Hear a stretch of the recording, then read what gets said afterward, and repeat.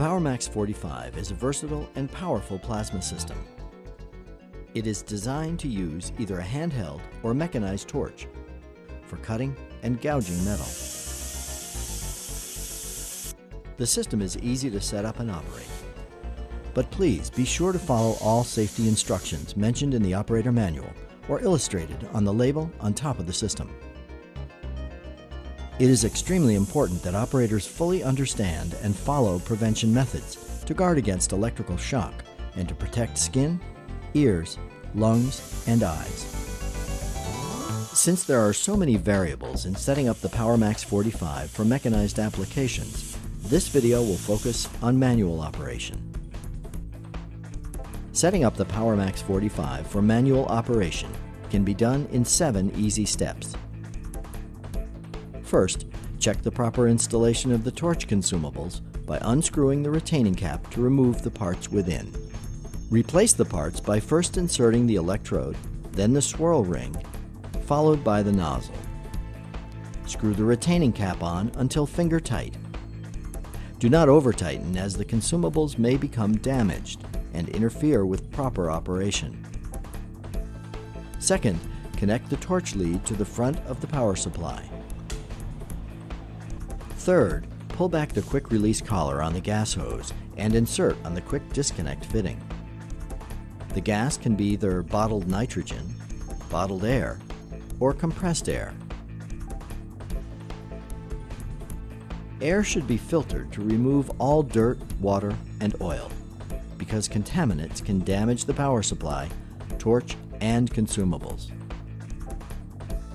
The minimum gas pressure is 80 psi, or 5.5 bar, and should not exceed 100 psi, or 6.9 bar.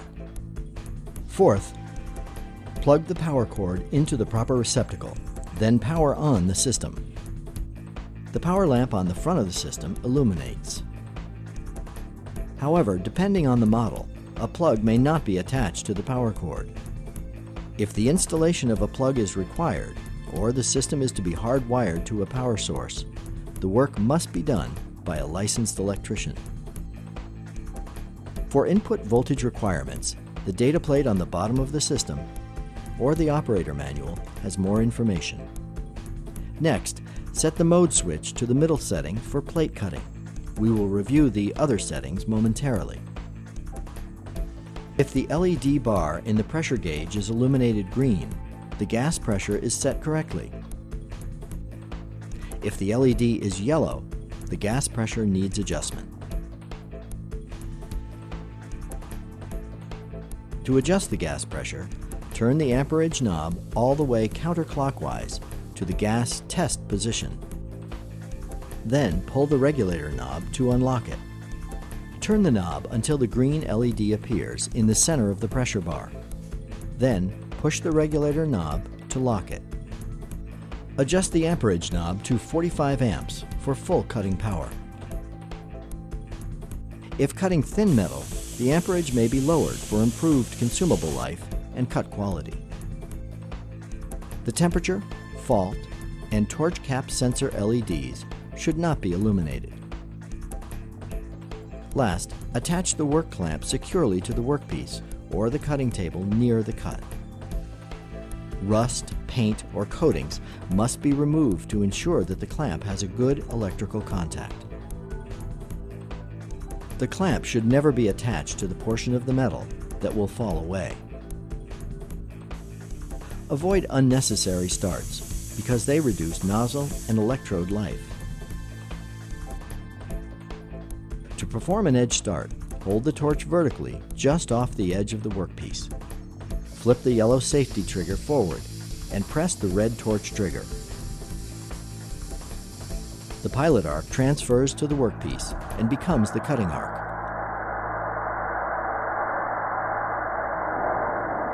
Pause at the edge until the arc has completely cut through the workpiece, then proceed with the cut. The nozzle may be placed on the workpiece for ease of cutting. If using unshielded consumables, maintain approximately 1/8 inch or 3.2 millimeters torch to work distance.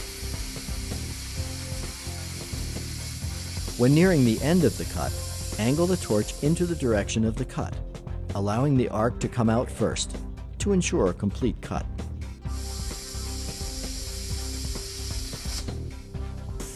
Maintaining proper travel speed is key to successful cutting.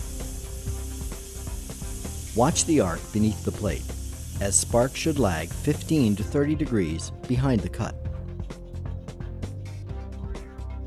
If the sparks are vertical, then the speed is too slow. If the sparks are perpendicular to the cut, or are spraying up from the workpiece, then the speed is too fast, or the system does not have sufficient power. Lag lines on the finished cut edge should also be about 15 to 30 degrees.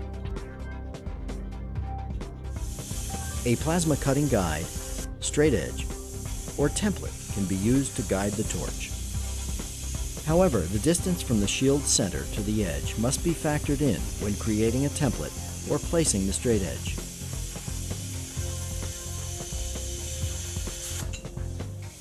If you are beveling using an angle iron, plasma cutting guide, or freehand, remember that the material thickness increases proportionally with the bevel angle.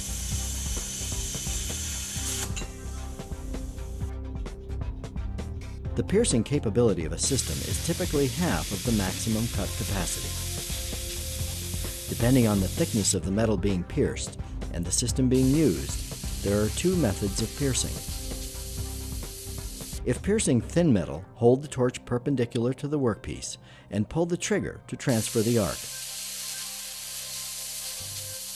If piercing thick metal, hold the torch at an angle so that the nozzle is within 1/8 of an inch or 3.2 millimeters from the workpiece. Pull the trigger to transfer the arc, then slowly rotate it to an upright position.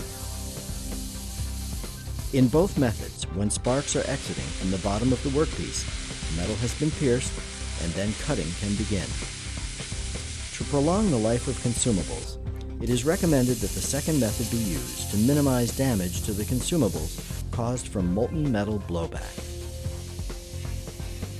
To cut expanded metal, or metal with a lot of holes or gaps, set the mode switch to expanded metal cutting, which is the top position. This enables the system to automatically reinitiate the pilot arc without re-triggering. To cut, simply follow the same procedures as outlined for plate cutting.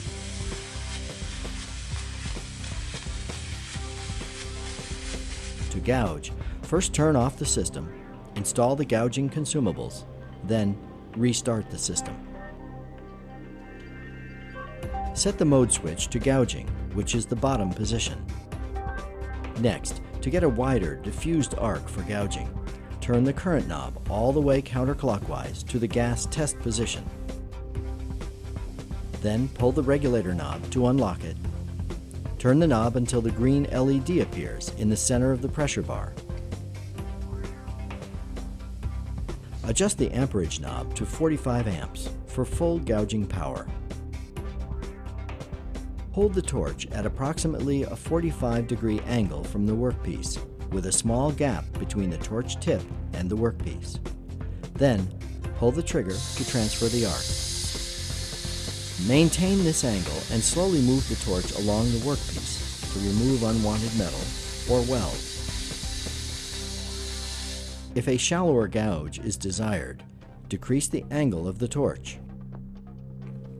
For a deeper gouge, increase the angle of the torch or make additional passes.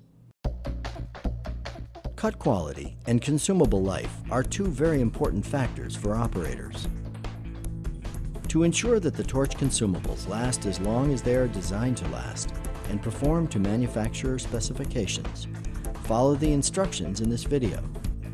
Refer to the supplied cut charts for proper setup and follow proper maintenance procedures. A number of factors determine how long consumables last. Air quality, piercing technique, length of average cut, operator skill, material thickness, and material type all play a role. Reduced system performance and cut quality are often caused by poor air quality, so be sure to maintain clean, dry, oil-free air. Hypertherm offers a variety of accessories designed to enable you to get more out of your Powermax 45 and to protect your investment. These include air filters, plasma cutting guides, leather torch sheathing, system dust covers, face shields, and gloves. For more information about any Hypertherm product, please contact an authorized distributor or visit our website at www.hypertherm.com.